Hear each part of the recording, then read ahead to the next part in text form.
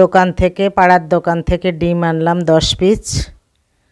তো আমি বেশিরভাগই প্লেট ধরেই ডিম কিনি, তার ডিমটা শেষ হয়ে গেছে। প্লেট ধরে ডিম কিনলে ডিমের দাম অনেকটা কম হয়। এখানে 1 পিস ডিমের দাম নিয়েছে 7.5 টাকা।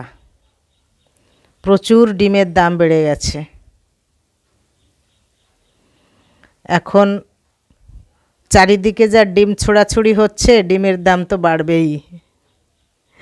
অনেকেই এটা মন্তব্য করছে। তো যাই হোক, ডিমগুলো ভালো করে ধুয়ে রাখি।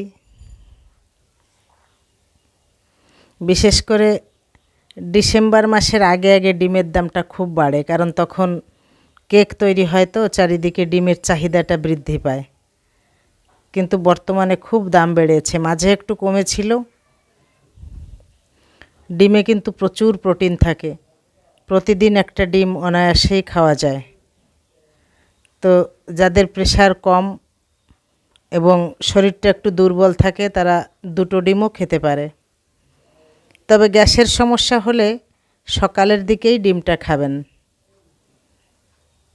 সকালে ব্রেকফাস্টে ডিমটা রাখবেন।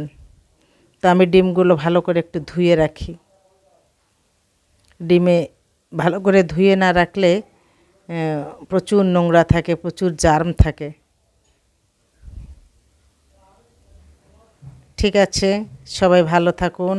আজ এই পর্যন্ত।